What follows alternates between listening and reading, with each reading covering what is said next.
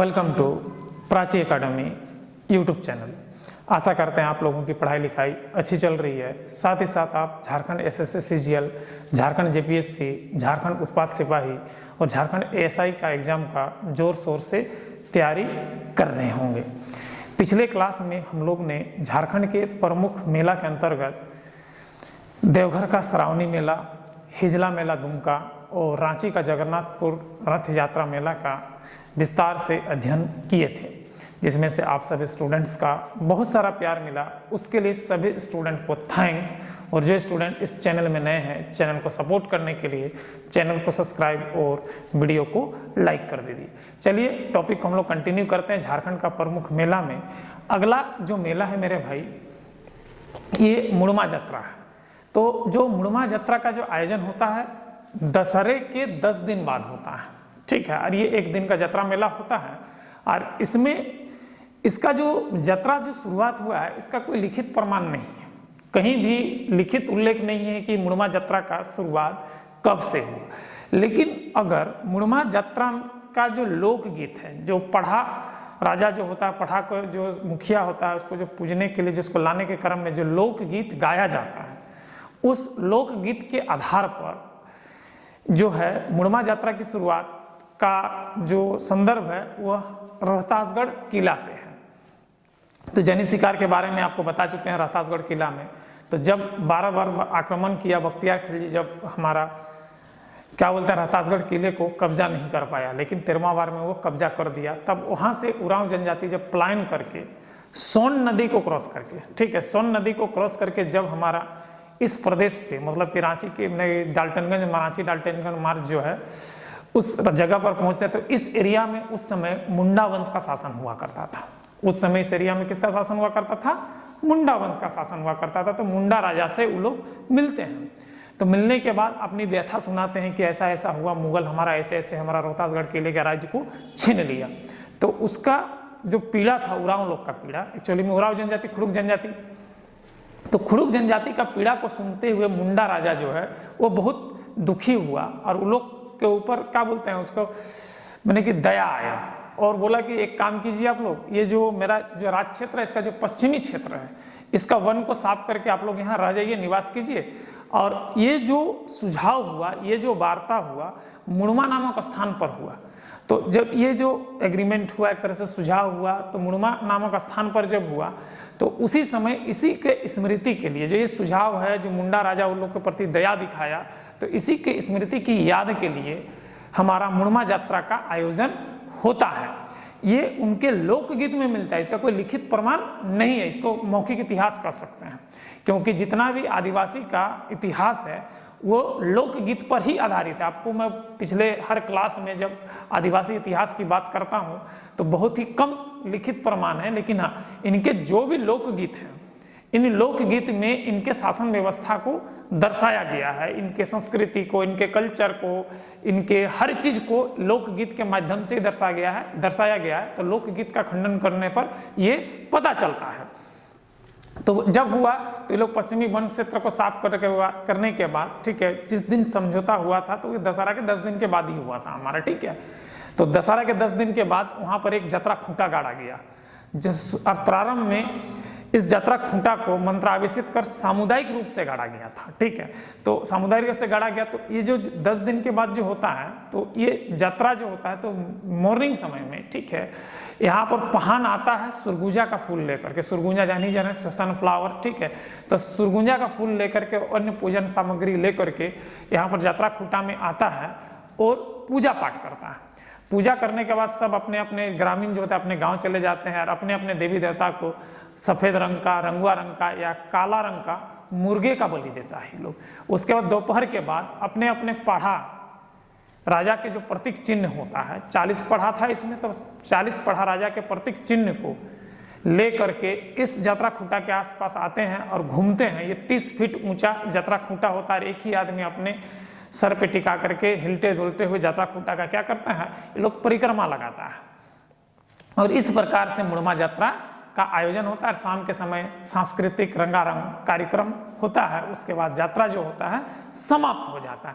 और सबसे बड़ी बात है, जितने भी पढ़ा राजा है ये अपने प्रतीक चिन्ह को लेकर के साथ चलते हैं, जिसमें से ज्यादातर प्रतीक चिन्ह है पक्षी है, मगरमच्छ है, मछली है, बाघ है इत्यादि, मतलब सारे पशु पक्षी का प्रतीक चिन्ह है। 40 पढ़ा राजा का 40 प्रतीक चिन्ह, तो ये अपने प्रतीक चिन्ह को साथ में लेकर के आते हैं। इस प्रतीक चिन्ह का भी लोग पूजा पाठ करते हैं इस मुड़मा यात्रा में, ठीक है। इसके बारे में जिनको जो जितना भी जनजाति का पर्व त्योहार में पूजा में मुड़मा यात्रा का पूजा के बारे में आपको बताएं तो उसमें किस प्रतीक चिन्ह का क्या होता है सब डिटेल आपको मैं पिछले क्लास में ले चुका हूं, तो उसमें आप पर्व त्योहार में जाकर के देख लीजिएगा। तो चलिए हम लोग इसको देखते हैं। अभी फिलहाल मुड़मा यात्रा को जो कहानी बताए तो उसी में मेन क्वेश्चन क्या, ध्यान दीजिएगा। रांची से 28 किलोमीटर दूर रांची डाल्टनगंज मार्ग में हमारा मुड़मा नाम का स्थान है। दशहरे के 10 दिन बाद मुड़मा यात्रा का आयोजन होता है, हम बता चुके हैं। इस यात्रा का अलग सामाजिक, सांस्कृतिक एवं ऐतिहासिक पहचान है। यात्रा की शुरुआत कब हुआ इसका कोई लिखित प्रमाण नहीं है, लेकिन आपको मैंने बताया लोकगीत के वर्णित प्रसंग एवं मौखिक इतिहास के आधार पर उरांव जनजाति रोहतासगढ़ किला से भागकर आने से जोड़ा जाता है। तो उसका जो लोकगीत है उसमें यही चीज की बात हम अभी चर्चा भी की है। इस समय यहाँ पर मुंडा का शासन था। जब इनकी व्यथा सुनते हैं तो पश्चिमी वन सीमा को साफ कर रहने का सुझाव देते हैं। यहाँ का जो मुंडा राजा, तो आपको बोल ही चुके, जब वो पलायन करके यहाँ आए रोहतासगढ़ किला पे, जब मुगल का कब्जा हो गया तो उन व्यथा मुंडा राजा यहाँ का जब सुना तो बोला कि एक काम कीजिए, पश्चिमी वन क्षेत्र को साफ करके आप लोग रहने लगे। तो ये जो समझौता हुआ था मुंडा राजा के साथ उरांव का जो समझौता हुआ था, उरांव जनजाति का, यहाँ पर देखिए उरांव जनजाति को जो समझौता हुआ था, यह समझौता मुड़मा नामक स्थान में हुआ था। देखिए यह समझौता मुड़मा में हुआ था, मुड़मा नामक स्थान में हुआ था।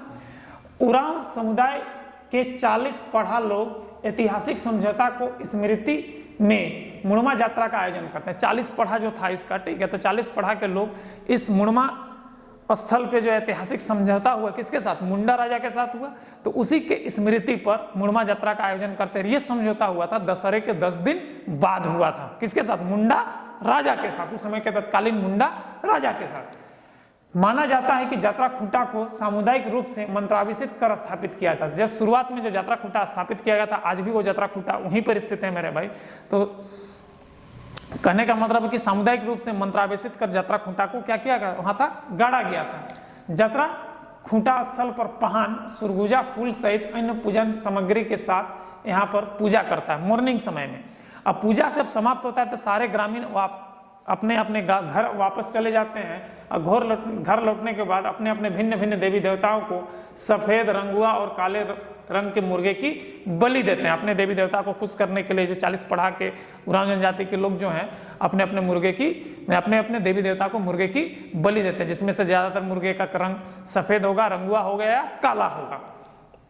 दोपहर के बाद 40 पढ़ा के लोग, ये जो 40 पढ़ा है, ठीक है, याद रखिएगा, तो इसमें 40 पढ़ा के लोग के साथ समझौता हुआ था मुंडा का, ठीक है, याद रखिएगा, मुड़मा यात्रा के समय, ठीक है।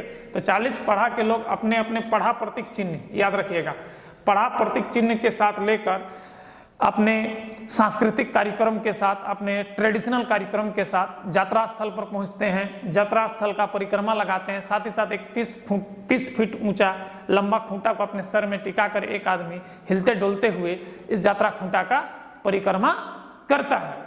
ज्यादातर इनका जो पढ़ा प्रतीक चिन्ह है उसमें से पक्षी का चिन्ह हो, या तो मगरमच्छ का चिन्ह है, या मछली का चिन्ह है, या बाघ आदि जीव जंतु का ही चिन्ह है। तो 40 पढ़ा चिन्ह होगा, याद रखिएगा।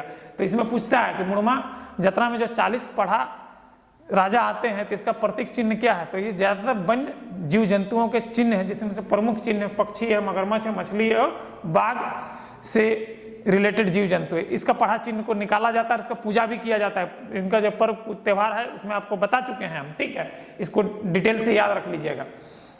और इस प्रकार से जब शाम के समय में यात्रा खूंटा का परिक्रमा करने के बाद रात को रंगारंग कार्यक्रम का आयोजन होता है और उसके बाद अगले दिन सुबह मुड़मा यात्रा समाप्त हो जाता है। तो ये था मेरे भाई मुड़मा यात्रा का डिटेल जानकारी। इसके बाद आता है टूसू मेला। ये टूसू मेला जो है मेरे भाई एक्चुअली में 5 परगना क्षेत्र में मनाया जाता है। किस क्षेत्र में मनाया जाता है? हमारा 5 परगना क्षेत्र में मनाया जाता है, और हम भी इसी क्षेत्र से बिलोंग करते हैं। तो हम भी इसी क्षेत्र से बिलोंग करते हैं। तो टूसू मेला के संबंध में एक पौराणिक कथा है, ये बचपन से हम भी सुनते आ रहे हैं भाई, ठीक है। कितना सही है कितना गलत है हम नहीं जानते हैं, लेकिन जब से पैदा हुए हैं मैंने कि ये पुष पर्व के नाम से हम लोग इधर ये टूसू मेला फेमस है, और ये जो है हम बचपन से ही सुनते आ रहे हैं। कितना सही है गलत है हम लोग भी नहीं जानते हैं, क्योंकि मेरे दादाजी हमको सुना, उनके पापा उनको सुनाए थे, ठीक है। तो बड़ी बचपन से कहानी सुनते आ रहे हैं। तो कहा जाता है कि इसमें एक पौराणिक कथा चलती है टूसू मेला में, कि टूसू मनी, एक्चुअली में पूरा नाम इसका टूसू मनी था, ठीक है। तो टूसू मनी एक निर्धन कुर्मी किसान परिवार की बेटी थी। कुर्मी किसान परिवार की, कुर्मी जाति जो है हमारा, ठीक है, जो अभी झारखंड में कुर्मी जनजाति आदिवासी का डिमांड कर रहे हैं, तो उसी कुर्मी जनजाति की बात कर रहे हैं। तो उसी जाति के एक निर्धन परिवार की बेटी थी टूसू मनी, लेकिन ये बहुत ही खूबसूरत हुआ करती थी। इसकी खूबसूरती की चर्चा पूरे 5 परगना क्षेत्र में था। तो उस समय के वहां एक तत्कालीन राजा हुआ करते थे, और वो बहुत ही क्रूर राजा थे। अब उसकी सुंदरता की चर्चा उस राजा के कान तक पहुंची। तो राजा जब उसको पाने का इच्छा जताया, तो उसका जो मुनीम है बोला कि सर वो लोग बहुत ही ये है, मतलब कि क्या बोलते हैं उसको, आत्मसम्मान वाला आदमी है, तो एक काम कीजिए आप उसको हासिल नहीं कर सकते हैं। तो राजा क्रूर प्रवृत्ति का सुंदर ना, जहां देखे नारी वहां उसका लार टपक गया। साला बोलता है कि नहीं, इसको तो हम हासिल करेंगे, इसको आप कायदे से हासिल करेंगे। अगर जबरन हासिल नहीं कर सकते, आत्मसम्मान वाला आदमी है, तो ये तो आएगा नहीं, हमसे शादी का प्रपोजल लेगा नहीं, तो इसको हम कायदे से हासिल करते हैं। तो वो क्रूर राजा जो है क्या किया कि लगान दुगुना कर दिया। लगान दुगुना किया, संजोग बस क्या हुआ कि अकाल भी पड़ गया। अकाल पड़ा तो जितना भी इस क्षेत्र का किसान था, राजा को लगान देने के लिए असक्षम हो गया। तब असक्षम हुआ तो टूसू मनी और किसान मिल करके राजा का विरोध किया कि नहीं, ये कैसे हो सकता है, अभी अकाल भी पड़ा है, आप लगान दुगुना भी कर दीजिएगा तो हम लोग कहाँ से दे पाएंगे। तो उन्होंने प्रपोजल रखा कि नहीं, टूसू मनी को आप दे दीजिए, हम लगान माफ कर देंगे। टूसू मनी अपना सतीत्व को बचाने के लिए, ठीक है, आत्मसम्मान को बचाने के लिए बोलते बहुत बड़ा समझौता है, हम ऐसा नहीं कर सकते हैं, क्योंकि मेरे इसमें लाइफ का बात है। और उसके बाद टूसू मनी जो है मकर संक्रांति के दिन जहाँ पर आपका स्वर्ण रेखा, राढ़ू और कांची मिलता है, जो संगम स्थल है, तो वहाँ पर मकर संक्रांति की नदी में बहुत ज़्यादा पानी था। तो उफनते हुए पानी में कूद करके अपने सतीत्व को बचाने के लिए जान दे दी, और उसी की याद में हम लोग वहाँ पर टूसू मेला का आयोजन करते हैं पूरे 5 परगना क्षेत्र में। ये कहानी हम बचपन से सुनते आ रहे हैं, अब कितना सत्य है कितना गलत है हमको भी नहीं पता। तो इसमें क्या होता है मेरे भाई कि मकर संक्रांति के एक दिन पहले, जिसको हम लोग बावड़ी कहते हैं, ठीक है, मकर संक्रांति की 14 जनवरी को और मकर संक्रांति है, तो उसके एक दिन पहले 13 जनवरी को, 15 जनवरी को है मकर संक्रांति, तो 14 जनवरी को हम लोग बावड़ी कहते हैं। तो बावड़ी के रात में टूसू मनी का प्रतिमा बनाया जाता है, मिट्टी का प्रतिमा बनाया जाता है, उसको श्रृंगार किया जाता है, और 8 प्रकार के अनाज को भूंज करके उसको भोग लगाया जाता है। रात भर क्या बोलते हैं, नाच गाना कथा जुवती लोग करते हैं टूसू मनी का, ठीक है। और सुबह भोर होते ही उसकी प्रतिमा को उसी नदी में विसर्जन कर देते हैं। वही स्वर्णरेखा नदी में ही विसर्जन करते हैं, जिस नदी पे उन्हें अपने सतीत्व को बचाने के लिए कूद करके अपना जान दी थी, ठीक है। और उसके बाद मेले का आयोजन होता है। उसके बाद मेला में तो चौड़ल भी बनता है, जिसमें चौड़ल की मुख्य भूमिका रहती है। उसी चौड़ल के अंदर टूसू मनी को स्थापित भी करता है सबको, और टूसू मनी के साथ साथ चौड़ल को भी विसर्जित कर देता है।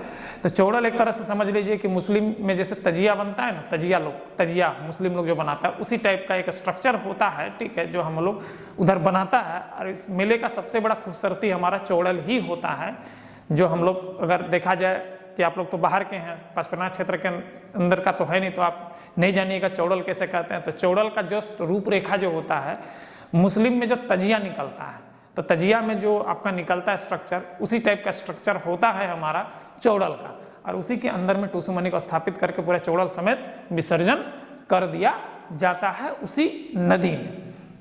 और टूसू मनी की याद में ही हम लोग टूसू मेला का आयोजन करते हैं, उसी संगम स्थल में करते हैं। और इस घाट का नाम भी, जहाँ पर टूसू मनी जिस घाट पर अपना सतीत्व को बचाने के लिए जान देकर अपनी कीमत चुकाई, उस घाट का आज के डेट पे वर्तमान नाम सती घाट है।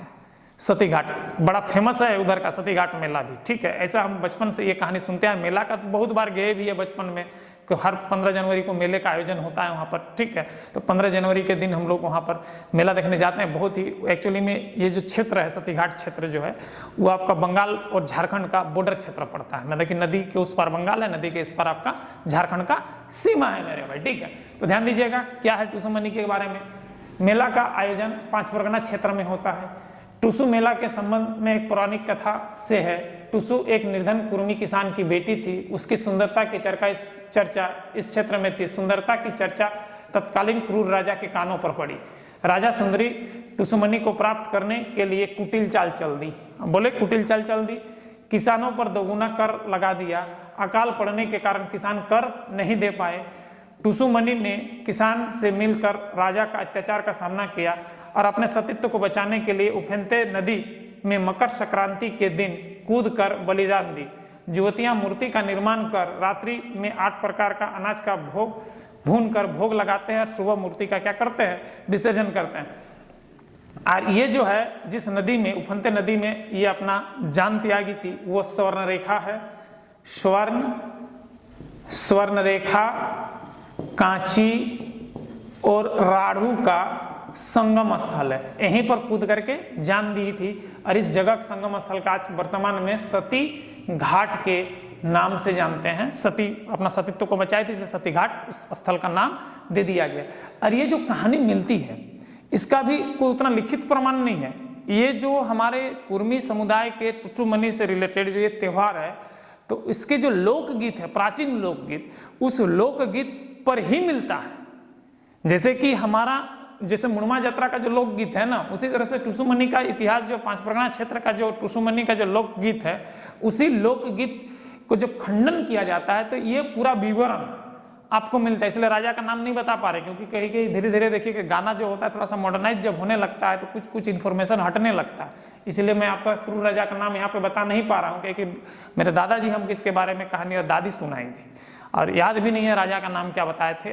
दादी तो है लेकिन कभी पूछने का दादी को भी याद नहीं है। दादा का नाम याद था लेकिन दादा अब है नहीं तो उस राजा का नाम कैसे बताए, लेकिन राजा का नाम बताते थे। तो कहने का मतलब ये जो गाना है उनके जो लोकगीत है, लोकगीत के माध्यम से पता चलता है ये इतिहास।